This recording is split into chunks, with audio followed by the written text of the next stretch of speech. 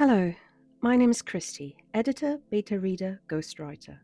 Welcome back to the last part of my developmental autopsy of Blood of Hercules by Jasmine Mass, and, incidentally, of some very unfortunate trends I've observed in fantasy, especially romantasy literature. In this analysis, I will talk about structure, about emotional stakes, about world logic, about pacing, and about what happens when you don't think about what you're writing. Okay, so let's dive right in. Part 1. The prologue problem. I've discussed the issue with the 2 prologues that this atrocious book has at length, and I've edited part of the second prologue in my first video in this series. If you want to check out how to turn a terrible, lifeless, contradictory info dump into something readable and that makes sense, please watch my first round with Blood of Hercules. Now, in this last video, I want to talk about how this book failed from a developmental perspective without going too much into how truly badly written it is. You see, Blood of Hercules has 2 prologues. One depicts a scene with some purple-eyed whoever being dramatic, which doesn't do anything for the plot and is just there to, I don't know, look cool, something. The second one dumps the entire backstory of the world on us. I've already talked about how it's contradictory and nonsensical because the author never went over her first draft, by the looks of it. Here, I want to just give you the perspective of a developmental editor and tell you that prologues that contain nothing but giant infodumps that add absolutely nothing to the setting and could be cut wholesale from the book without making a dent are a terrible idea. The author dumps contradictory, completely ridiculous info over and over before the story even begins, because she's clearly unable to let the readers discover this world through the eyes of the protagonist as the story unfolds. And that's the thing. It's one of the hallmarks of bad writing, objectively speaking. A well-crafted story includes only that which matters to the plot, the characters, and the themes.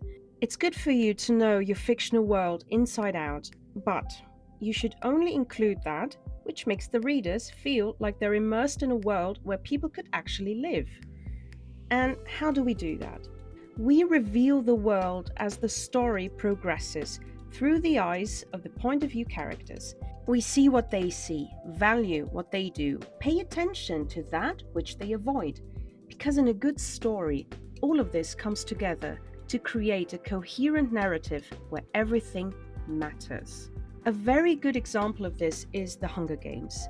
The reader is immediately tossed into life in District 12 as seen through the eyes of the protagonist. We don't only learn what she sounds like, but also the details of her daily life, her opinions, the people and things she values, her worldview. Everything is connected and everything is important. Imagine if The Hunger Games had started with 2 prologues dumping the entire history of Panem onto the readers. It would be boring and pointless. Which is one of the reasons why I say that Blood of Hercules isn't a story. It's a power fantasy, written with no structure in mind, featuring an empty vessel of a character who is constantly subjected to mistreatment and objectification. The story, such as it is, doesn't even have an inciting incident. It meanders along, showing how poor and miserable the female main character is, because this is supposed to set up the not like other girls, rags to riches self-insert fantasy once the protagonist gets magicked into a land of wonder where she is the center of the universe. Most people who read a book are looking for some sort of emotional connection. We want to dive into a new and strange world and experience real emotions, which is impossible if there is no story, if there are no characters, if there are no themes, and if none of this is connected cohesively. A high word count is not a sign of quality. Cut out everything that isn't needed. Start with motion, with an emotional anchor that reveals the world through character. Now, if you must have a prologue, use it to set the stage, introduce the main conflict, foreshadow events, but it needs to actually matter to the plot. and start your story where the story actually starts. I know this sounds trite, but reading a bunch of these bad fantasy books, I've observed that some authors don't seem to get that. In the case of Blood of Hercules, you can cut out the 2 prologues and at least the first chapter, if not more. Start with a chapter where she gets whisked away to Magic Land. That's the closest this thing has to an inciting incident. Again, the Hunger Games are a brilliant example. The inciting incident is the reaping, and that's where we start, basically. Imagine if we got 2 prologues dumping the history of Panem, then 2 or 3 more chapters with Katniss just faffing about, feeling sorry for herself, achieving nothing, and hating every woman in her vicinity. That would be bad writing. So, always start with the inciting incident that kicks off the plot. History belongs to historians. Story belongs to conflict. Part 2. Toxic nostalgia and unintentional conservative propaganda. I don't want to put words in the mouth of Jasmine Maas, but by reading her atrocious attempt at a novel, I can safely say that she has not put a single thought into the implications of her writing at all. Not one. This is a typical Mary Sue power fantasy that ticks off boxes and even has the gall to bullet point the list of tropes it used. Like everyone who had the misfortune of suffering through this thing is stupid. I certainly feel less intelligent after reaching the end, so maybe Jasmine is onto something here. This is not a story. It has no plot, and the female main character is an empty vessel for wish fulfillment. She is found as a baby like Harry Potter and is obviously a magical girl. She is beaten down and poor, and everyone at school bullies her. Then it turns out that she's actually an elf. I mean, a Spartan. And she gets whisked away to Camp Hogwarts capital, I mean, Sparta, where she has to go through trials and to school, and she has to fight in a very, very silly Hunger Games ripoff and endure mistreatment, and in the end she has her Zack Snyder power moment, and it turns out she's really Hercules and is forced into marriage with 2 identical douchebags. Oh, just as a side note, it should be Heracles because this is supposed to be Greek, but I digress. All of that is a problem on several levels. We have at least 2 types of unfortunate implications here. One is the obvious, namely the constant objectification of Alexis, the Mary Sue. She isn't a character, she's a prop, and she's only there for the author or the inclined reader to live vicariously through her troubles and tribulations. The girls in high school were mean to her. Well, now she's the sexiest queen alive and also a goddess, and all the boys want her. I'm not saying that a power fantasy is necessarily a bad thing, but there is a way to do this, and then there's Blood of Hercules. My main issue with Alexis as a wish fulfillment cardboard cutout is how she's framed, and it's through an entirely conservative lens. That is, she's passive and she's constantly portrayed as an object, to be looked at with lust, to be manhandled, to be used. She doesn't have any agency in her own story and only ever gets pushed around and bullied emotionally, psychologically, physically. Her so-called romance isn't anything she initiates. She gets pushed into it very much against her will, is forced into explicit and violent situations that make her uncomfortable and that she never would have chosen. Nothing that happens to her is by choice. She's a thing that is used at all times, and I'm sorry, but that's just weird to me. If I read a power fantasy, I want to be in the head of a woman who gets things done, who moves the plot forward and fights for what she wants. That doesn't mean a character shouldn't need help or anything, but what's the draw of a character who never does anything but react to bullying and violence? How is that attractive? Once again, Katniss is a great example of this. She is often wrong, she does get manipulated and reacts a lot, but she takes matters into her own hands and forges her own destiny, which also includes realizing that she cannot do everything by herself. She is a wonderful mix of tough and vulnerable, smart and oblivious, of stubborn and thoughtful. An example on the male side of things is Frodo Baggins, who is forced through terrible situations by the plot and still has so much agency that nothing would have happened if he had decided to stay in Rivendell. He makes his own decisions and sees them through, learning along the way that he cannot survive the ordeal by himself. But let's look at a character who's not as popular or well loved as Katniss and Frodo. What about Bella Swan from Twilight? Bella has a consistent personality, just not a very pleasant one, and she does try to take matters into her own hands. She has a compelling need that she pursues relentlessly, and the payoff is earned.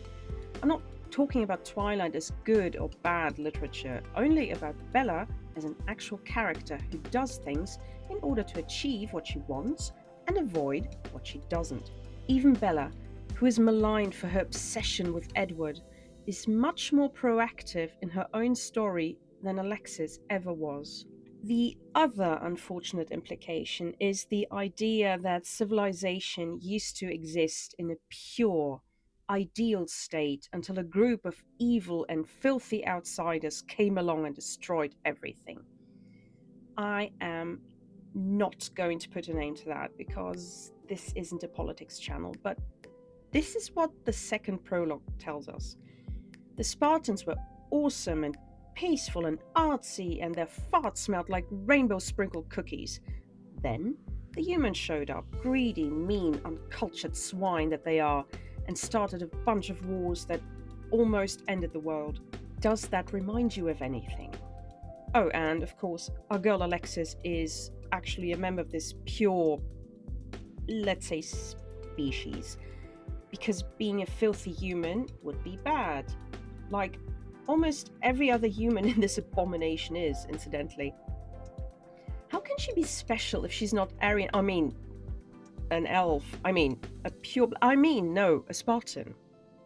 Do you see it? It's bad. Think about what you're writing.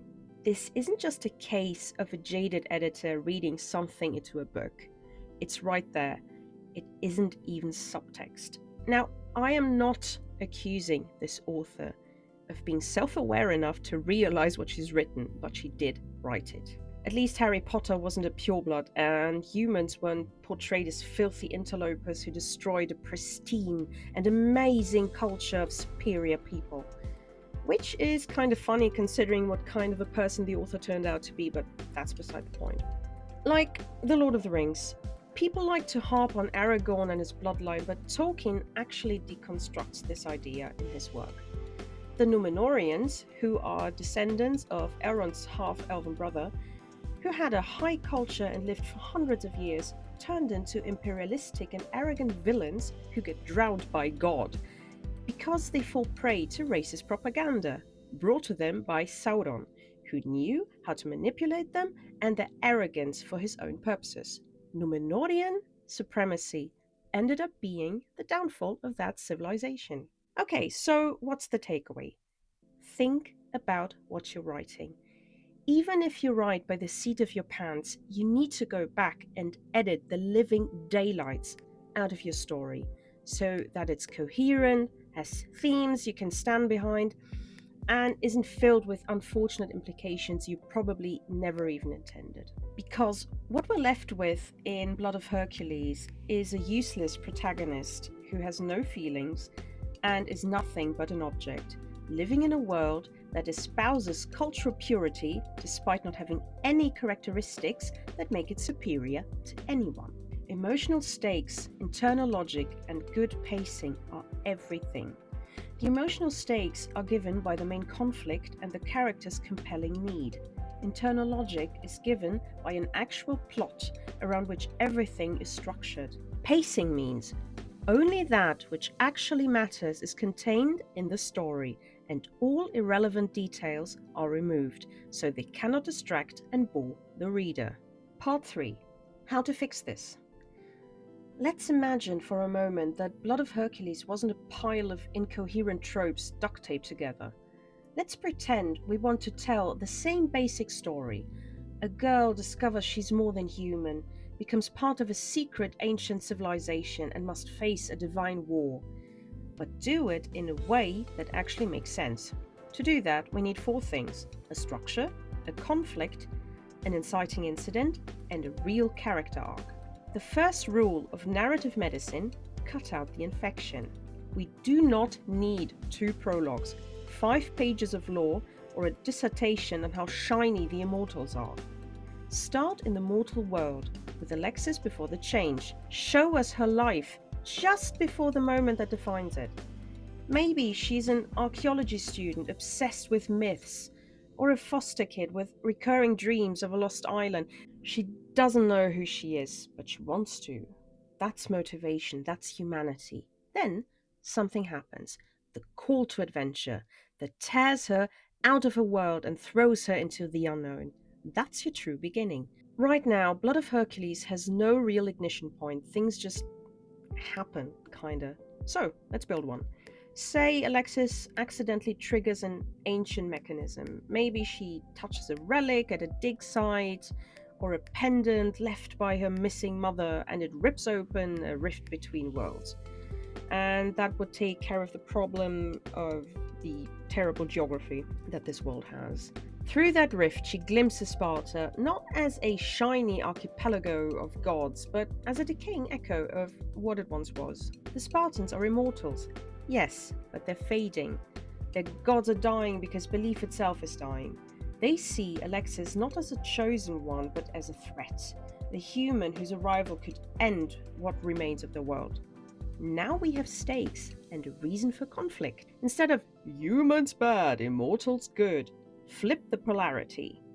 Make the conflict about evolution versus stagnation. The immortals represent the old order, tradition, purity, eternal repetition. Alexis represents change, the messy, mortal impulse to adapt and survive. Her arrival destabilizes everything. The old gods panic. The Great War becomes not about armies, but about ideas. Whether a world can stay perfect and eternal, or whether it must decay and transform to live on. That's mythic, that's thematic, that's story. As written, Alexis is a passenger in her own life. Let's fix that. At the start, she feels powerless, overlooked, silenced, maybe even afraid of her own anger. She avoids confrontation because she's been taught that good girls endure. Throughout the story, she learns that endurance isn't the same as strength. Strength means acting, not just surviving.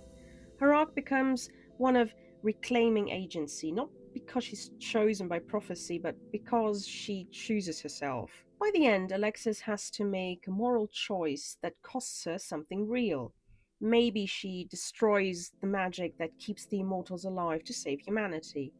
Or maybe she sacrifices her own mortality to bridge the two worlds. Either way, she decides, and that decision reshapes the world. That's how you earn a title like Blood of Hercules, through struggle, not through declaration. If you strip away all the glitter, this could actually be a story about inheritance, about what we owe to the past and what we must leave behind. Hercules' myth is about enduring impossible trials and finding redemption through sacrifice. And that's your blueprint. The blood in Blood of Hercules shouldn't mean DNA. It should mean burden, the legacy of power, pain, perseverance. So, instead of a Mary Sue who wins because she's special, we'd have a flawed human who succeeds because she learns. That's myth, that's meaning, and that is how you turn lifeless exposition into something that actually breathes. Part 4. Takeaway for writers. And that's the key takeaway for any writer watching this. You cannot build emotion out of spectacle. You build it out of choice, cost, and change. If your story doesn't move your characters, it won't move your readers. In the case of Blood of Hercules, a single structural shift, starting with the mortal girl and a clear reason for conflict, would have transformed this entire mess into a myth worth remembering. Editing isn't destruction, it's revelation, chiseling away everything that isn't story until the truth of it stands clear. Blood of Hercules hides a potentially powerful myth beneath layers of exposition and ego and very unfortunate implications. Strip that away, and there's a tale worth telling. The mark of a real writer isn't perfection, it's revision. So, here's to revising boldly, to building worlds that make sense, characters who bleed, and prose that lives. I would love to hear your thoughts, so please leave a comment. And in any case, thank you for watching, and I will see you around.